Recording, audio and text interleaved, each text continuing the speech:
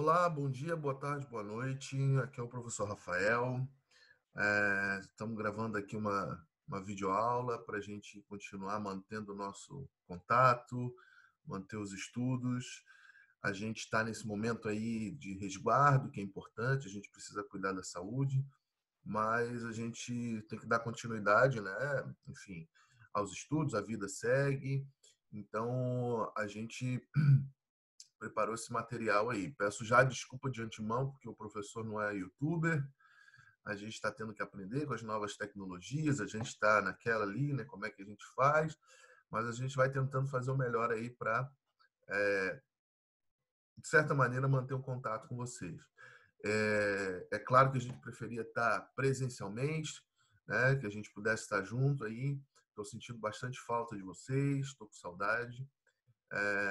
Saudade até das bagunças aí que o pessoal faz. Eu sei que eu vou me arrepender disso quando a gente voltar a ter aula, mas eu tenho que confessar que eu estou bastante saudoso aí de estar junto com a turma, certo? Então vamos lá, sem mais delongas, a gente vai dar continuidade ao nosso conteúdo e só retomando o que a gente vinha, né, trabalhando presencialmente. A gente trabalhou bastante ali sobre aspectos gerais do continente europeu, né? Falamos bastante também das transformações ocorridas na Europa decorrentes ali da primeira e segunda revolução industrial.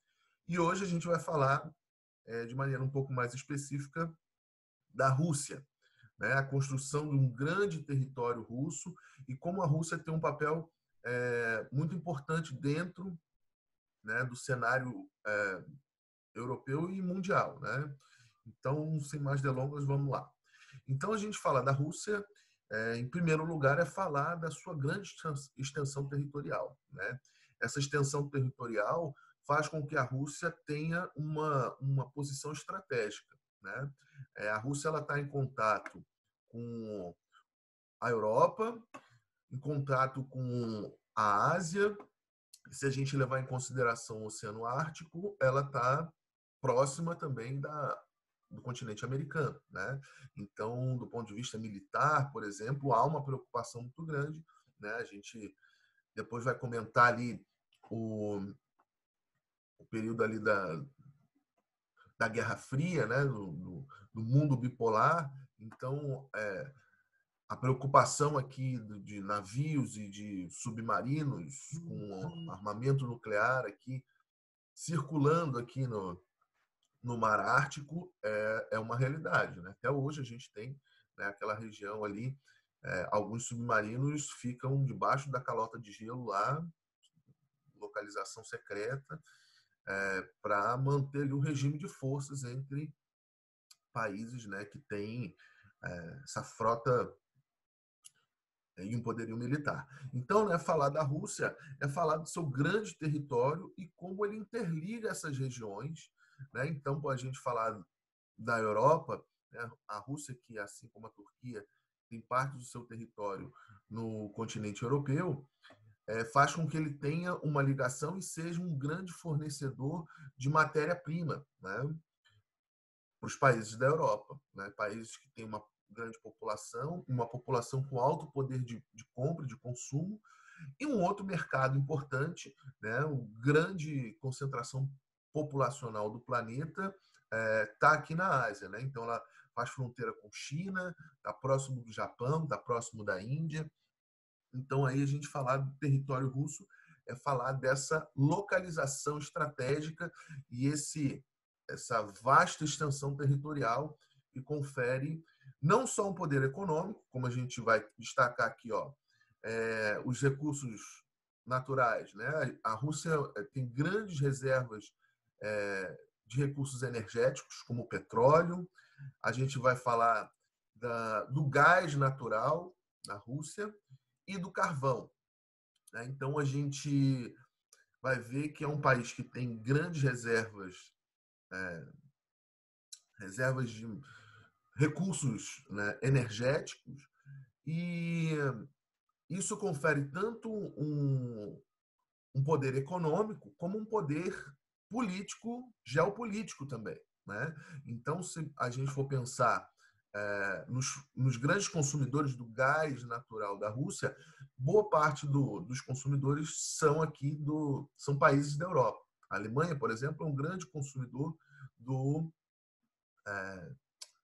do gás natural russo. Então, todas as decisões que a Rússia tem dentro, né, dos organismos internacionais e tal, os países da Europa levam em consideração esse grande fornecedor de matéria-prima para eles. Ou seja, durante o período do inverno, o gás natural que aquece os europeus no quentinho, né, dos aquecedores no período do inverno vem da Rússia. Então, eles pensam 2, 3, 4 vezes antes de contestar as decisões, bater de frente, né, com o governo russo. Né? Então, certo? Então, vamos continuando aqui. Então, vale destacar, né, que a Rússia, boa parte da concentração populacional da Rússia está na parte da Europa, europeia da Rússia, né? E a parte asiática concentra a menor população, né? Então 70%, mais de 70% vivem na parte asiática. Grandes cidades, né, como São Petersburgo, Moscou, né, se encontram aqui nessa região. Nós vamos falar mais dela. Então vamos lá, seguindo. Então, a gente agora vai retomar um processo histórico de formação do território. Né? Então, a gente vai falar, né, vamos usar bastante ali, informações históricas para a gente entender a expansão territorial da Rússia, beleza? A gente vai falar da formação do Império Russo, e falar dessa formação do Império Russo nos dá subsídio para entender todos os processos de revoluções que vão acontecer ali no século XX e que vão, né, transformar a Rússia no primeiro país que vai adotar um regime socialista. Então, falar dessa história russa é falar de uma história secular também, assim como China, Índia, são países que têm uma história, né, de conflitos e de civilizações muito antigas. É o mesmo caso aqui. Mas então, para a gente adiantar um pouco, né, o processo, eu não vou falar de várias guerras e vários conflitos que aconteceram, né, desde o período lá em eras pré-cristãs e, enfim, de várias etnias, vários povos lutando por territórios. A gente já vai adiantar para a influência de povos que vinham da Mongólia e que se instalaram aqui mais a oeste do território e acabaram formando ali o que eles chamam de Horda de Ouro, que eram os tártaros, né? Os descendentes dos mongóis, conquistaram durante muito tempo ali aquela região, a parte europeia ali do que hoje seria a Rússia, e cobravam altos impostos. Eram povos que todas as etnias que contestavam o poder deles, eles trucidavam do ponto de vista, né?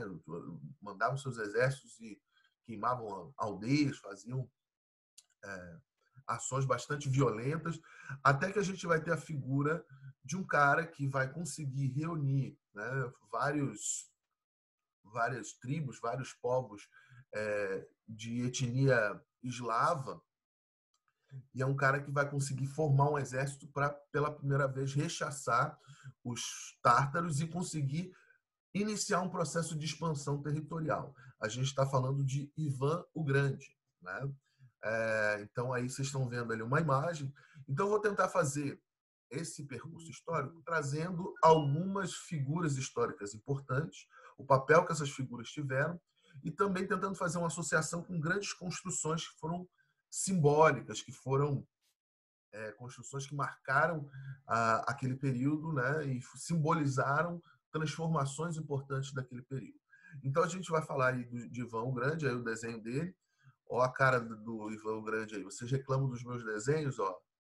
Como é que os caras pintaram ali. Isso é uma pintura lá de 1500, né? Enfim, que era o período aí que esse cara conseguiu unificar ali os eslavos, e ele vai ter a primeira vitória expulsando os tártaros mais para o leste, né? Então aí, ó, ele vai numa região ali próximo do rio Moscova, construir esse campanário da Assunção, que vai ser uma igreja que na época ela tinha mais de 80 metros e foi durante 400 anos a maior edificação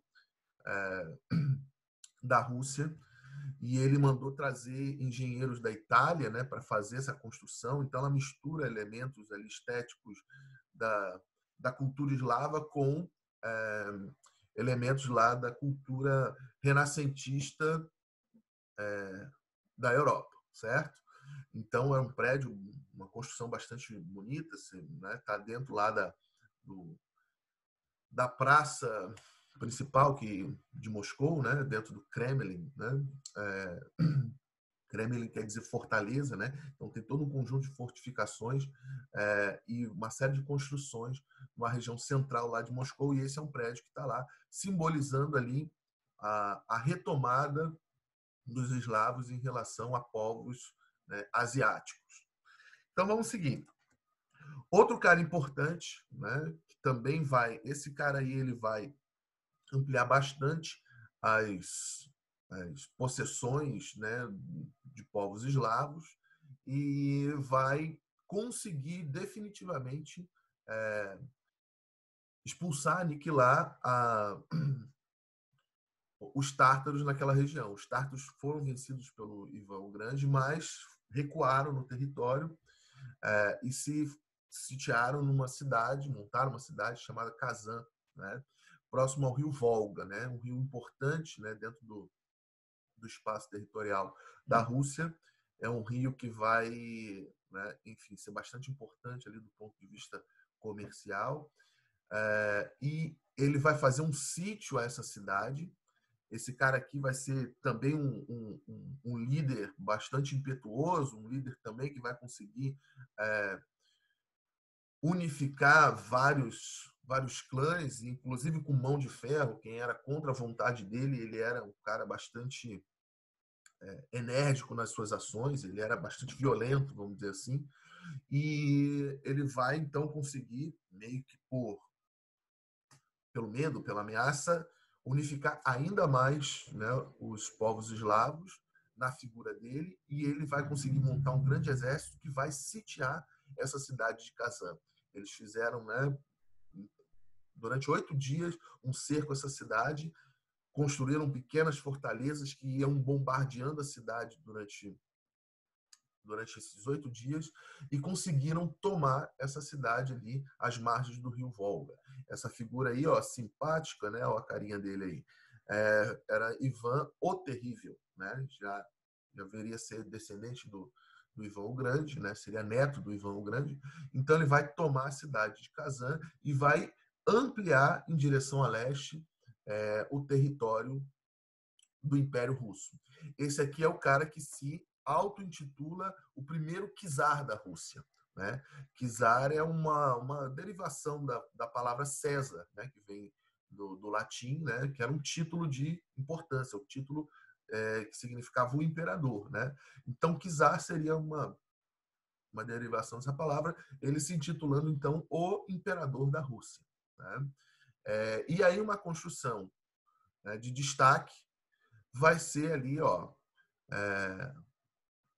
essa construção aí que é simbólica dentro da história da Rússia, né, que é a Catedral de São Basílio.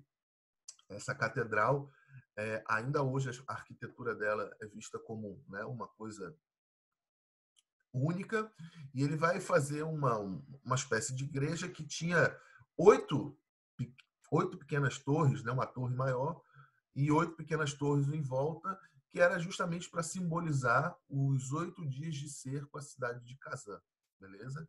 Então a gente tem essa aí simbolizando ali, ó, a expansão para o oeste e a força de Moscou em relação ao Oriente.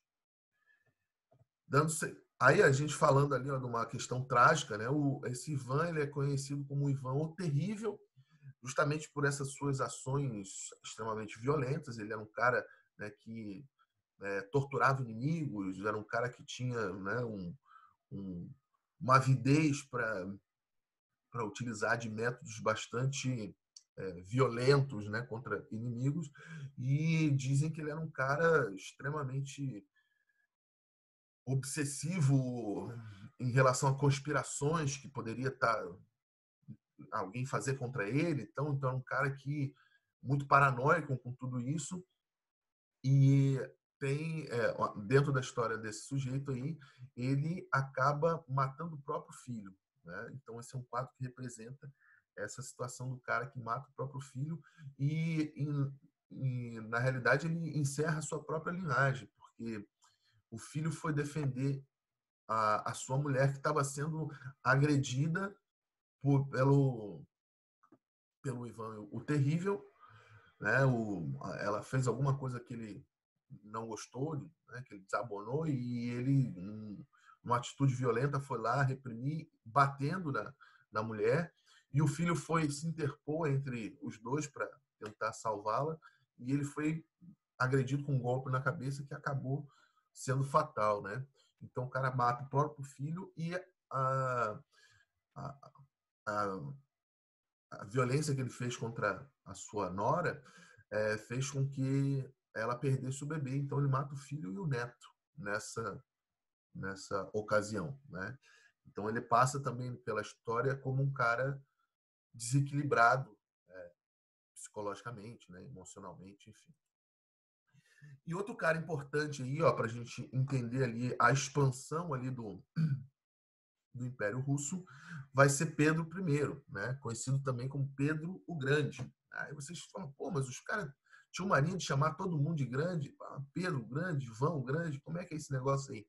É que, de fato, esse cara aqui, além dos grandes feitos que ele vai ter, ser, né, conhecido como um cara que vai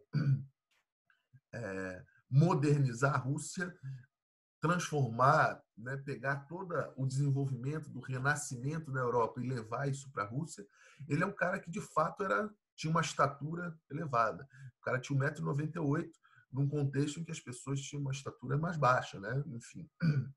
Então, o cara, de fato, parecia um gigante. E gigante gigante literalmente, mas também gigante do ponto de vista metafórico, tendo em vista os grandes feitos e grandes construções que esse cara vai fazer. Então, ó, esse cara aí já no século XVII, ele, ele estuda ele estuda na Itália, estuda em vários países da Europa e ele percebe o valor daquele processo de renascimento, daquele processo de valorização do conhecimento que começava a surgir na Europa, e ele tenta trazer isso para o seu país. Tenta trazer, não, ele vai fazer isso, né? Então, ele é um cara que ele vai ampliar bastante o território, ele é um cara que vai conseguir novas possessões aqui, ó, próximas ao Mar Cáspio, ele vai conseguir novas possessões aqui no sudeste da Ásia e também vai ampliar em direção ao oeste as conquistas ali do Império Russo. Então, transformando ainda mais e aumentando ainda mais a possessão territorial, né? Uma coisa interessante, ele é um cara que ele percebe a necessidade de construir uma força naval para o Império Russo. Então, é por conta disso que ele vai construir uma cidade nessa região aqui, ó, que a gente está destacando no mapa, uma cidade que vai ser depois vão transferir, inclusive, a capital da monarquia russa, né, para essa região aqui, São Petersburgo, né? Peters em referência a ele próprio, né? O Pedro, né? Então a gente vai ter aqui, ó, essa que foi uma cidade construída que é conhecida como a cidade dos ossos, tendo em vista o custo de vidas humanas para construir essa cidade. Na realidade, isso aqui era uma região que pertencia aos suecos, que ele vai conquistar e vai retomar. E aí ele vai ter um acesso aqui ao Mar Báltico e ele vai construir uma esquadra naval aqui. E essa cidade seria uma espécie de janela para a Europa, né? Então ele coloca, né, uma cidade importante aqui próximo da Europa, com toda a influência, né, todo um dinamismo comercial com a Europa e uma influência cultural também vindo da Europa.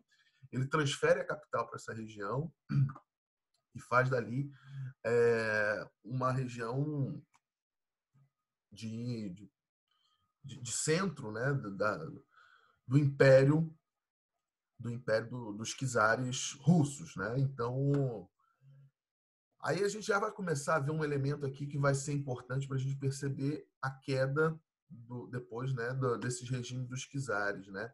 A gente está vendo que há uma preocupação em trazer esse conhecimento, trazer essas novas descobertas, né, que vinham da Europa, mas a gente vai ver que estruturas muito medievais de servidão e de exploração muito grande da população se mantinham, né? Então a gente, né, o próprio apelido da cidade já diz um pouco isso. Era uma cidade que durante o inverno ela tinha temperaturas muito baixas, congelavam os rios, e durante o verão aqueles rios descongelavam e era uma região meio pantanosa. Então o custo para produzir uma cidade naquela região pantanosa foi um custo elevadíssimo, né? Várias vidas humanas foram sacrificadas, né?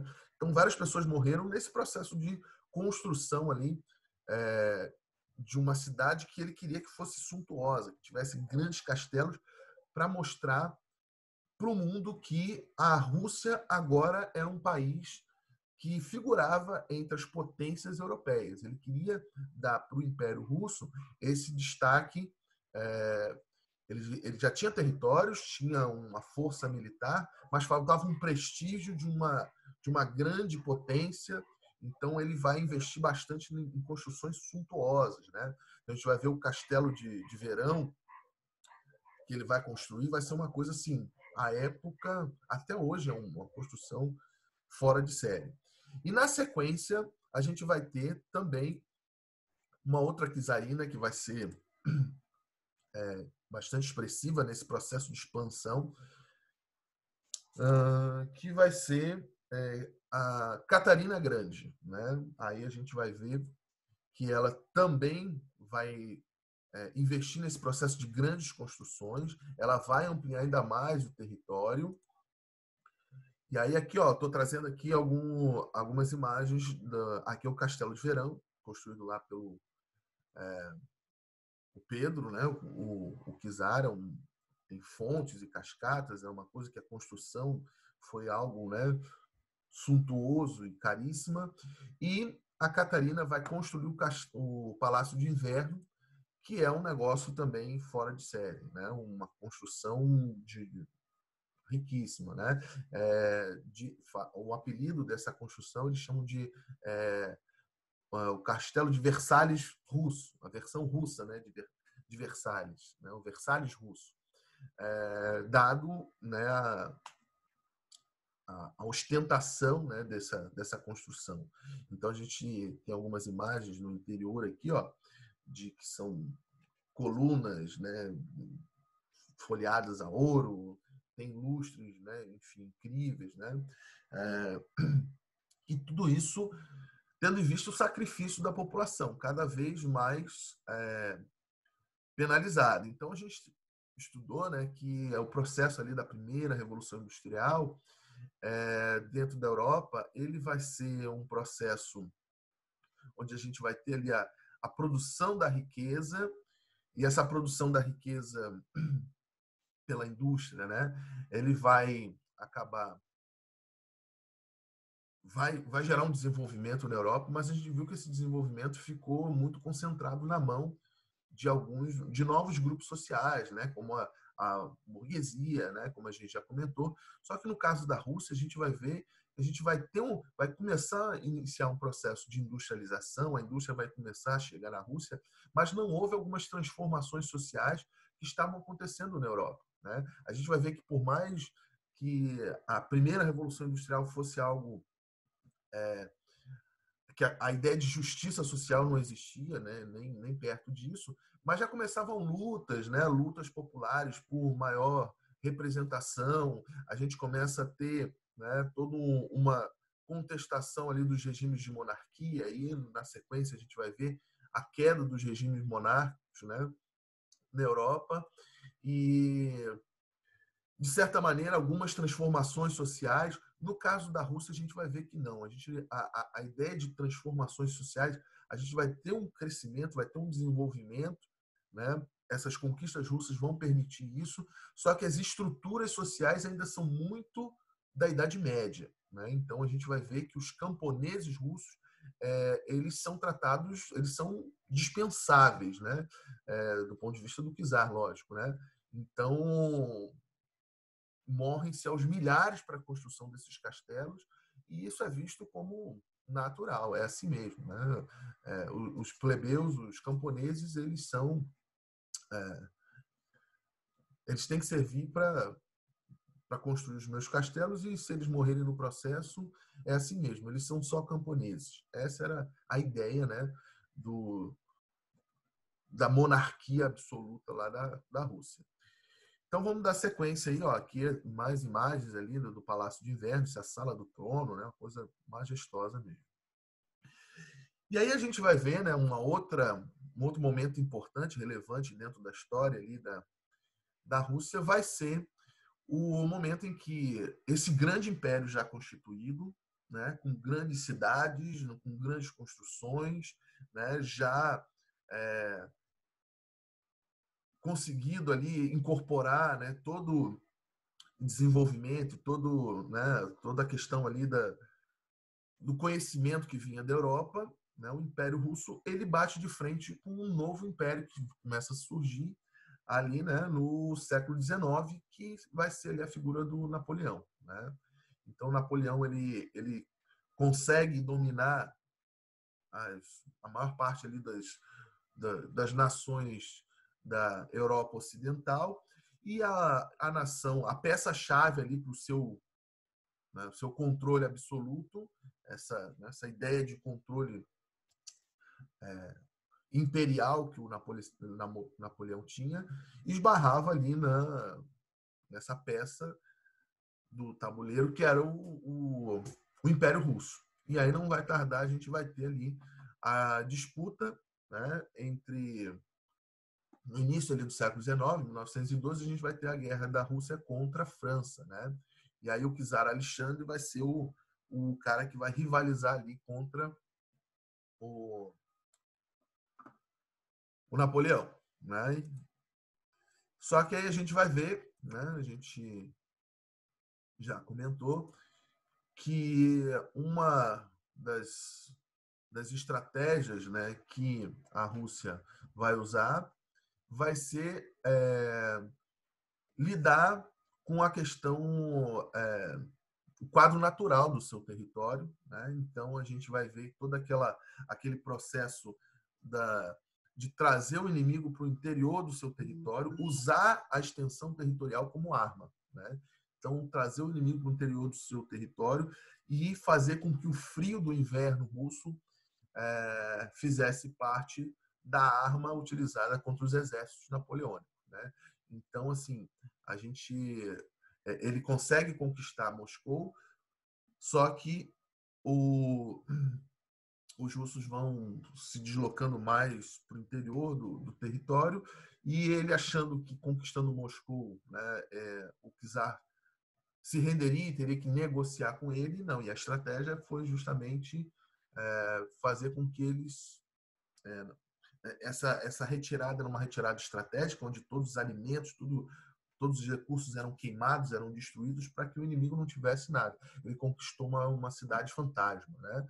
E aí ele conquista a cidade fantasma e boa parte das suas tropas morrem congeladas, né? Morrem de fome, de inanição e de frio, né? Então esse cara vai ser um cara que vai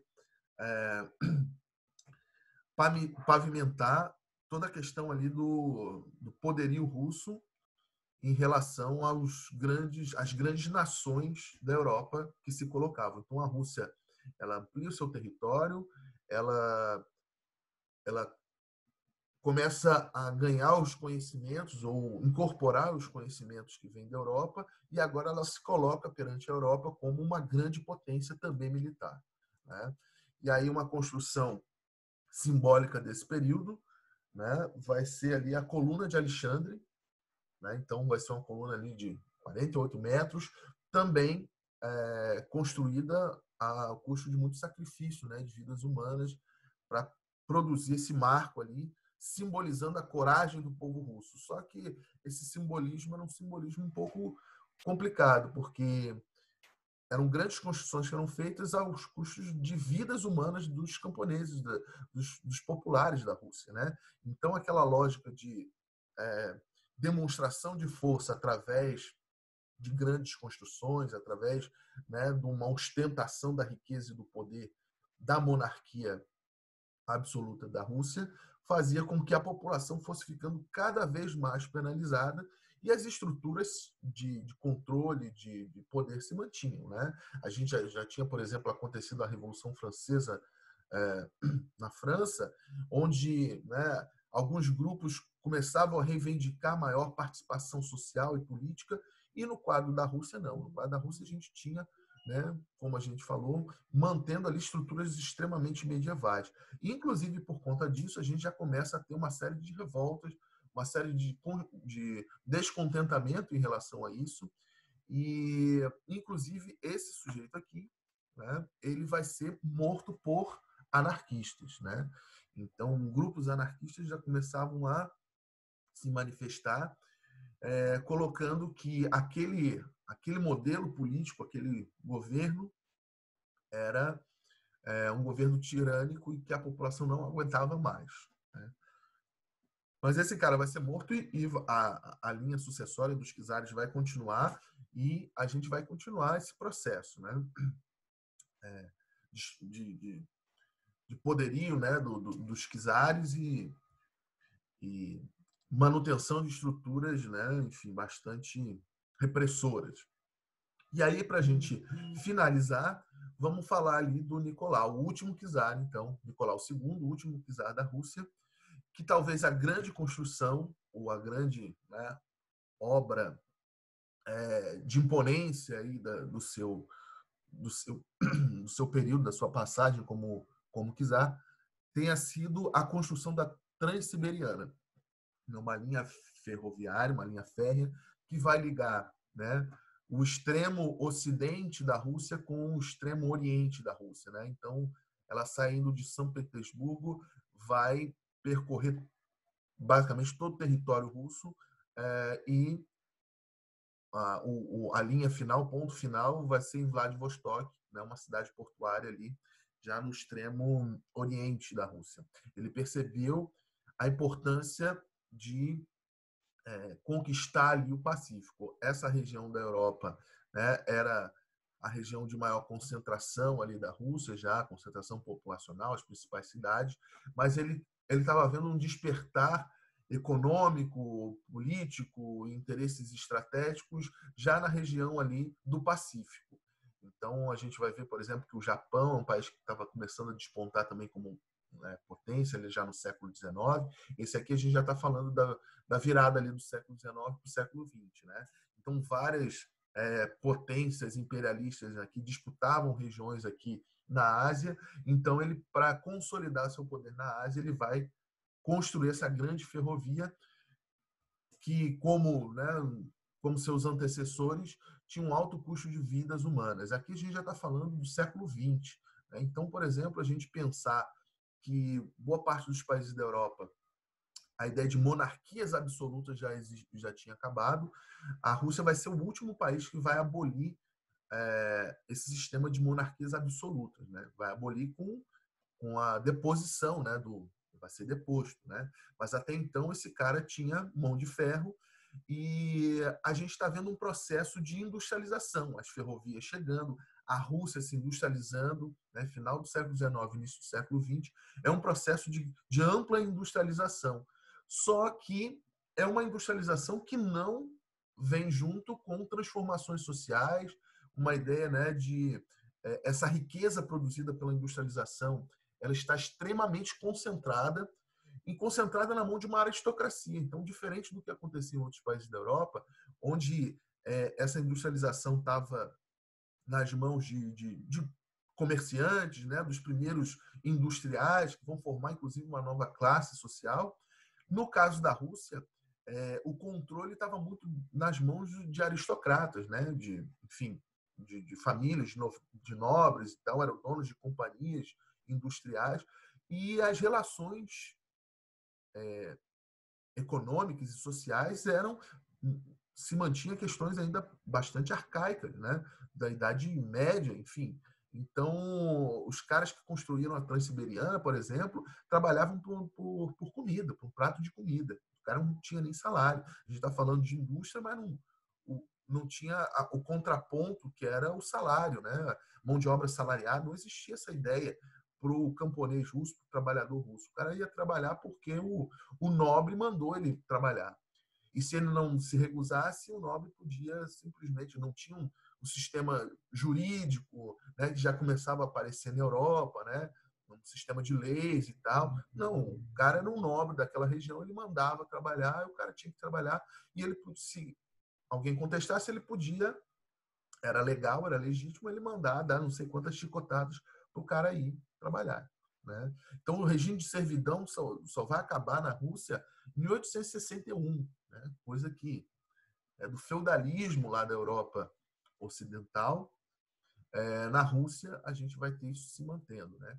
Então, a gente vai ter essa construção da Transiberiana, também vai custar, né, muitas vidas humanas, né? Vai custar a vida de vários trabalhadores que forçadamente iam, ou iam às vezes por um prato de comida, e o cara trabalhando em condições e regiões onde no inverno as temperaturas eram de menos 55 graus de temperatura, então o cara, os dedos da mão do cara congelavam, gangrenavam, aí o cara tinha que cortar os dedos fora, e se ele não tinha mais condição de trabalhar, ele era demitido, simplesmente, ó, agora teu prato de comida, teu salário você não ganha mais, porque você não consegue mais trabalhar. Tá, mas eu perdi minha mão trabalhando, não me importa. O problema é seu, né? Então, essa era a relação de trabalho, essa era a relação, né, enfim, com a população, né? Então, isso vai fazendo com que esse regime comece a ficar cada vez mais desgastado, né? A gente estava vendo já que isso era uma coisa que já vinha com os antecessores lá do Nicolau aqui, mas a gente vai ver que isso vai ficando cada vez mais insustentável, né? Outra questão ali que a gente vai ver, né, que essa expansão para o Pacífico vai bater de frente com uma outra potência que também vinha se industrializando no início do século XX e que começa a ter interesses, né, imperialistas nessa região do Pacífico, que é o Japão. Então, a gente vai ter, né, no início do século XX aqui, a guerra entre Japão e Rússia. Né? É uma guerra, aqui no caso eu vou ter uma imagem, né, do navio russo, como se ele viesse e desse um socão na cara aqui do navio japonês. Na realidade, isso aqui é uma propaganda russa, né, de como a esquadra naval russa ia lidar com os japoneses de maneira bem fácil. E aí, no caso, a gente vai ter, né, a boa parte da esquadra naval da Rússia, ela estava aqui na região aqui do Mar Báltico. Eles vão ter que cruzar basicamente meio mundo para chegar aqui, os navios russos chegando aqui, e eles vão sofrer uma derrota completamente humilhante. Né? As forças navais japonesas estavam muito mais bem equipadas, muito mais bem preparadas para esse conflito, e o Japão ganha essa guerra. Né? Nesse conflito, né, os russos acabam ganhando o apelido ali do gigante de pé de barro. Né? Então, ele era gigante do ponto de vista das proporções territoriais, ele tinha toda uma história já dentro do continente europeu como uma grande potência europeia, e Japão era visto como uma potência menor. Né? E só que essa defasagem ali da sociedade russa em relação a, né, enfim, a melhores condições de vida e de fazem com que esse governo, esse modelo, né, esse regime político já tivesse tão desgastado que ele não tinha forças para contra-atacar o pequeno Japão. Né? Dando sequência, então, aqui, ó, a gente vai ver que é o Nicolau, no governo do Nicolau também, que a gente vai ter ali no início do século XX também, a Rússia se envolvendo ali no conflito da Primeira Guerra Mundial. Né? o Nicolau, para tentar aumentar o seu prestígio, ele viu na Primeira Guerra Mundial uma possibilidade de conquistar regiões, né, conquistar novas regiões, né, e ele achando que a guerra seria uma boa oportunidade de ele retomar o seu prestígio, que já estava bastante abalado aí junto com a população. E aí, aqui, então, no caso, é uma imagem da Tríplice Entente, né, que aí, no caso, aqui no centro aqui está a Mãe Rússia, né, com a cruz, né, da Igreja Ortodoxa Russa, né?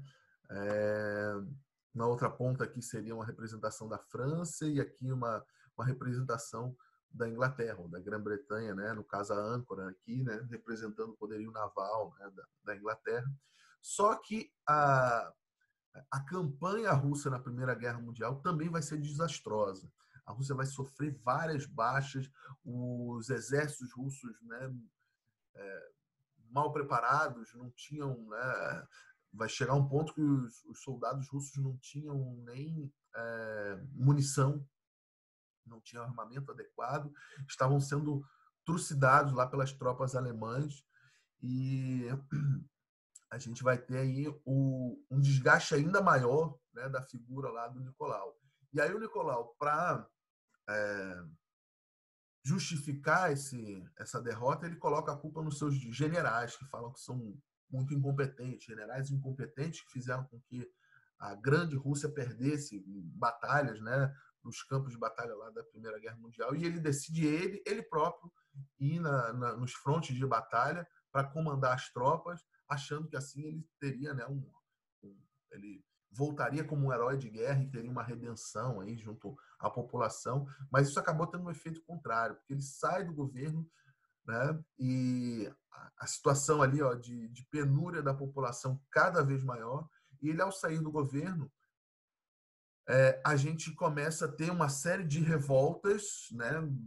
O poder fica vago, a população começa a se indignar. Esse aqui é um evento que a gente vai ter, né? Falando dessa satisfação popular, um evento que vai acontecer também no início do século XX, conhecido como Domingo Sangrento, né? A gente tem um Domingo Sangrento também na letra do U2, se referindo lá, né, à Irlanda, mas aqui no caso esse é o Domingo Sangrento russo, né?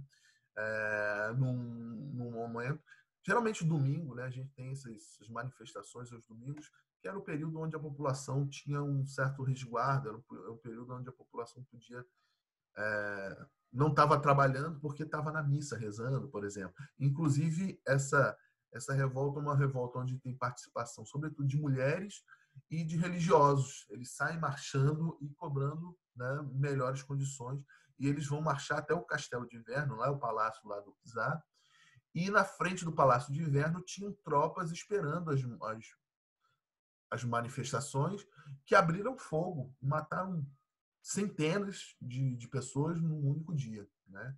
Então a imagem do cara ainda fica mais desgastada, né, diante disso tudo.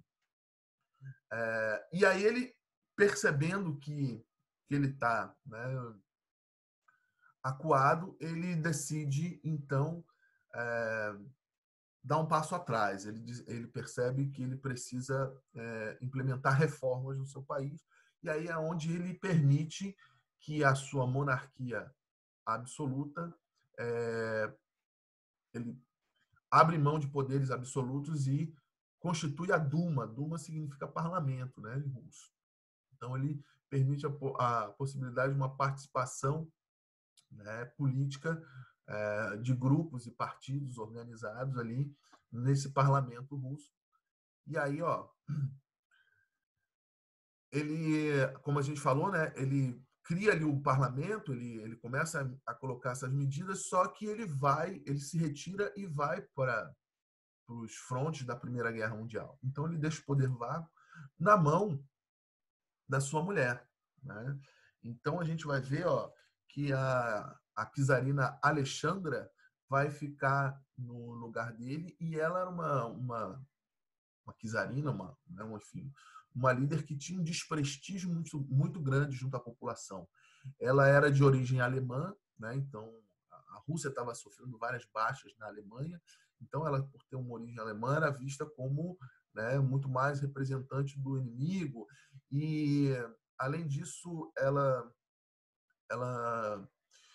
teve uma participação bem pouco expressiva, assim, ela acabou tendo a figura de um médico curandeiro. O filho dela era hemofílico, né? Então ela estava muito mais preocupada em cuidar de assuntos familiares, em cuidar de outras questões, e o poder acabou ficando de fato vago, né? Então é nesse contexto que a gente começa a ter grupos, partidos políticos começando a se organizar, né? Aquela mão de ferro do czar, ela, ela, ela se afasta um pouco, então permite mobilização de grupos sociais ali, né? E aí, ó, uma outra crítica que se fazia, né, a czarina Alexandra, é que quem comandava de fato era o seu curandeiro particular, era um cara que cuidava lá do filho dela e que supostamente tinha poderes mágicos, né? Tem toda uma mitologia em torno lá da figura do Rasputin, né? Então tudo isso fazia com que a, a figura lá da czarina fosse bastante hostilizada e vista como algo bastante negativo junto à população. Então aqui a gente está vendo que as condições, né, para revoltas contra esse modelo, né, de monarquias lá do czar estava dado, né? Seria uma questão ali de tempo só, né? Então a gente vai ver ali, essa aqui é a construção do Castelo de Inverno, a gente está vendo, né? Ali a gente vê lá, né, ó, o obelisco lá que foi criado ali, né? A coluna de Alexandre, né? E aí a gente vai ver que as mobilizações não param, né? A gente vai ver que esses elevados custos para a construção dessa suntuosidade, né,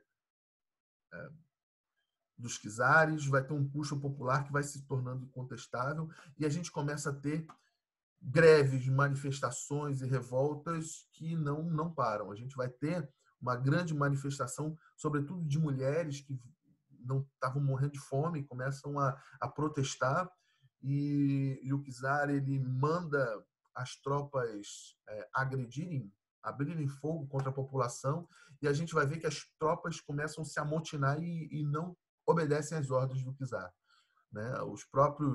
As próprias forças armadas estão vendo, né, que o czar está perdendo poder e que as suas medidas colocam em risco a própria população. Então a gente começa a ter setores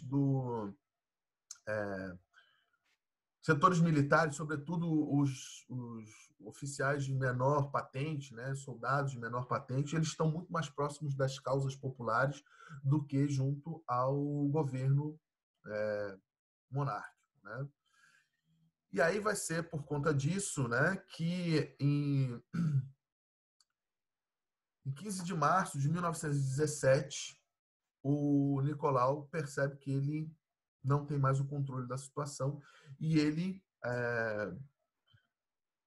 abdica do poder, ele abdica do trono, né? E aí o que acaba acontecendo, a gente vai ter um momento ali onde a gente vai ter um governo controlado lá pela Duma e dividindo ali poderes entre dois principais grupos, né? Esse momento aí ficou conhecido como Devolasti, quer dizer poder duplo, né? Então a Rússia ela vai ser agora uma nação que vai ser governada por um governo provisório, que era uma ala dos liberais, contra o que a gente chama de Soviete de Petrogrado, né? Então, São Petersburgo, nesse contexto, eles até mudaram o nome, que Petersburgo tinha soava alemão, né? Então, eles mudaram o nome ali da capital e na época para Petrogrado. Então, esse outro grupo ali, que era um grupo mais à esquerda, mais ligado a transformações mais radicais dentro da sociedade russa, era o Soviete de Petrogrado. É interessante a gente falar nessa palavra, soviética, quer dizer assembleia, né? Então, na realidade, o que começa a acontecer, né, diante desse vácuo, desse vazio de poder, a gente começa a ter grupos de camponeses, juntamente com militares que retornaram lá das campanhas lá da Primeira Guerra Mundial, esses soldados, juntamente com camponeses e outras representações da sociedade civil, se organizavam e promoviam assembleias para decidir como é que vai ser a vida cotidiana naquele vilarejo. Então a gente começou a ter uma espécie, um experimento político que, na ausência de poder do czar, quem organizava a vida cotidiana eram assembleias enfim, de moradores, de pessoas daquele vilarejo, pessoas, né, que iam para grandes assembleias e ali decidiam como é que ia ser, né, a segurança, como é que ia ser ali a organização, a administração ali daquele povoado.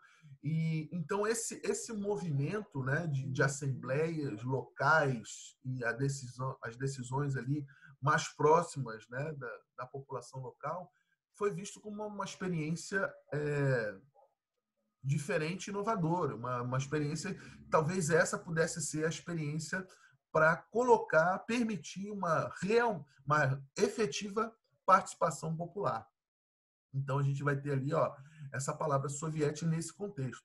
E aí esses grupos começam a se unir e vão também fazer parte lá da Duma, e esses grupos é o que a gente chama de Soviético de Petrogrado, que ali a gente tinha na realidade, um emaranhado, uma união de várias tendências diferentes, né?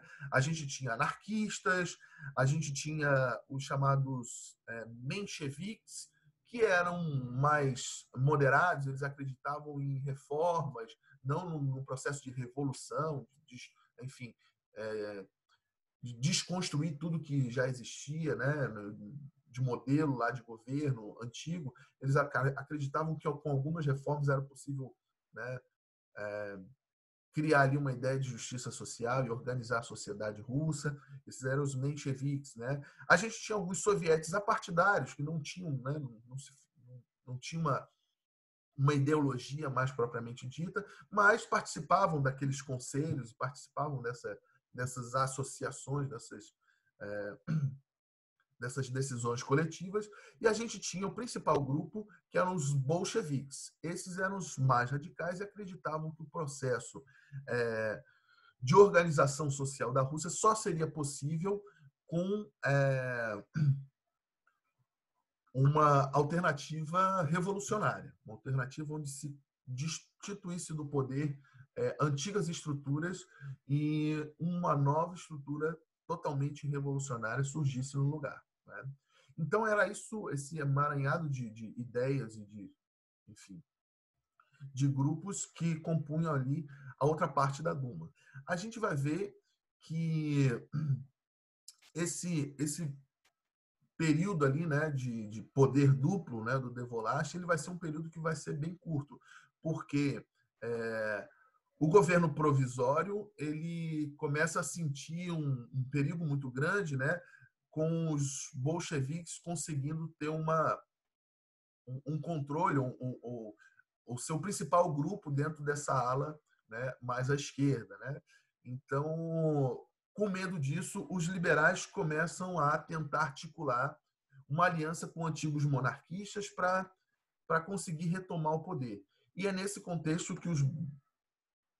que a ala soviética vai ter um contragolpe. Então, em 1917, a gente tem a derrubar o governo lá do Nicolau é deposto, mas a gente vai, na sequência, entrar numa guerra civil que vai ser bastante sangrenta. A gente vai ver que esses grupos aqui, suspeitando, né, das alianças, né, dos liberais com monarquistas, vão contra-atacar e a gente vai ter um período de guerra civil, talvez uma das guerras civis mais sangrentas da história da humanidade, onde 9 milhões de pessoas vão morrer. E aí, nesse processo, os bolcheviques, que eram, né, a liderança dentro ali dos soviéticos, eles vão perceber, eles vão achar que aquela ideia, né, de um poder não centralizado, isso enfraquecia a causa revolucionária e que o poder tinha que estar concentrado na mão, né, numa estrutura de Estado que tivesse na mão desse grupo revolucionário. Então vai ser um momento em que os bolcheviques vão dissolver ou acabar com aquela ideia que durou alguns meses só daquela experiência soviética de fato, né? A gente vai ver que depois o nome vai continuar. A Rússia vai falar que é uma República Socialista Soviética. República Socialista Soviética da Rússia vai ser o nome, né? Após ali a Guerra Civil. Mas de soviético mesmo, a gente teve só aquela experiência inicial ali durante o período em que, de fato, a gente teve esse controle mais na mão da população. A partir do momento de guerra civil, o que vai acontecer é que os bolcheviques, eles próprios, vão assumir o controle ali dos soviéticos, e qualquer um que se colocasse contra essa ideia de concentração de poder na mão de um grupo, passava a ser atacado. Então, a gente vai ter uma guerra civil que vai colocar liberais, monarquistas, bolcheviques, mencheviques, anarquistas, todos eles uns contra os outros, né? Vão ser vários grupos disputando o poder, e aí a gente vai ver que quem acaba vencendo vai ser o grupo ali que estava mais bem organizado, que eram os bolcheviques. Eles, inclusive, atacaram os anarquistas, muitos anarquistas foram mortos dentro dessa guerra civil, muitos camponeses, que eram conhecidos como exércitos verdes, né, que muitas das vezes não tinham uma orientação política, mas, né, queriam retomar aquela experiência soviética. Muitos foram mortos, inclusive pelo próprio Partido Bolchevique, que depois vai, quando consegue, em 1922, vencer essa guerra, vai se colocar como o verdadeiro Partido Comunista. Então, ele troca de nome, os bolcheviques viram os comunistas e vão começar uma história uma nova história ali dentro, né, da Rússia, que vai ser ali já a Rússia dentro de um novo regime, que vai ser assunto para o próximo vídeo. Beleza, galera? Então, vamos finalizando por hoje aí. Espero aí que eu tenha conseguido elucidar algumas ideias, e a gente vai gravando novos vídeos na sequência aí para o pessoal ir assistindo e dando retorno. Certo? Um grande abraço para todos. Até a próxima.